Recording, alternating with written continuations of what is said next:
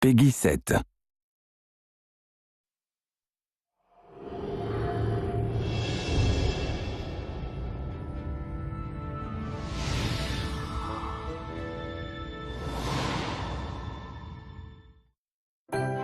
Animation is one of the most important things I think we have to capture as a Disney studio and as a Disney game. Mickey in stillness is obviously Mickey. I mean, any combination of three circles is identified as Mickey by almost everyone on the planet. But Mickey in motion is what makes Mickey. The way Mickey moves is critical.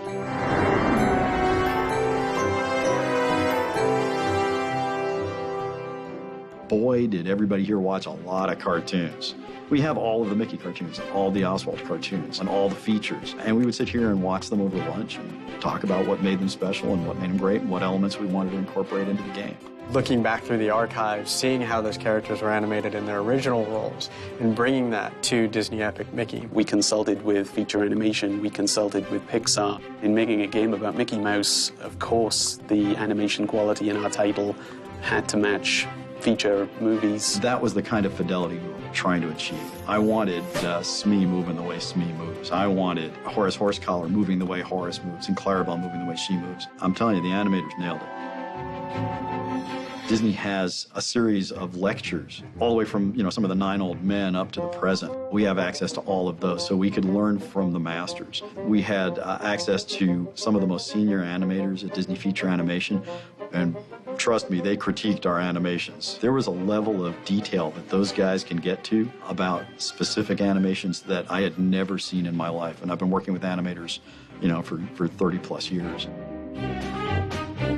The animators, early in the project, recreated moments from real Mickey cartoons. Each one of us took a scene and reproduced it in 3D from what we saw in 2D, trying to figure out what was the appeal that drew us to Mickey in the first place. We did extensive research just to make sure that the animators had the spot-on feel of not only the personality of those characters, but also what the Disney animators had brought to those characters to begin with.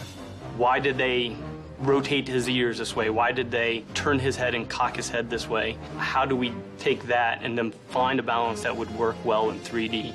We actually composited our Mickey into real Mickey cartoons, and people couldn't tell. That's when I knew we had nailed it. And it wasn't that we were literally going to imitate specific animations, but once the animators could imitate them, I knew they'd embodied the character. And for an animator, that's critical.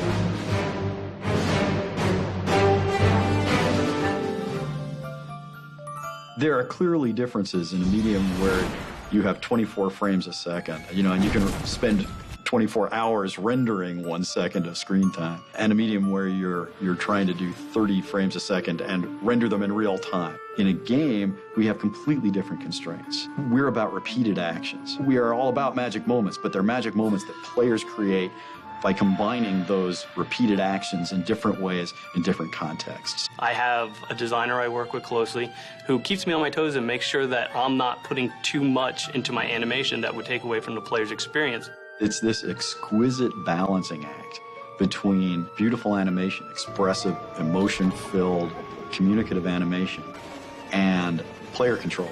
So that way when they want to turn right, it's responsive. So it's a give and take back and forth. The animators here are expert, and the gameplay programmers are expert at balancing the need for players to be in split-second control, down to milliseconds of control, and beautifully expressive animation.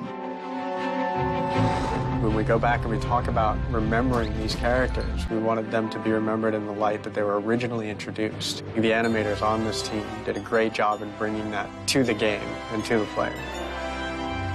I look at the game and I just think we've captured the essence of Disney animation in a game.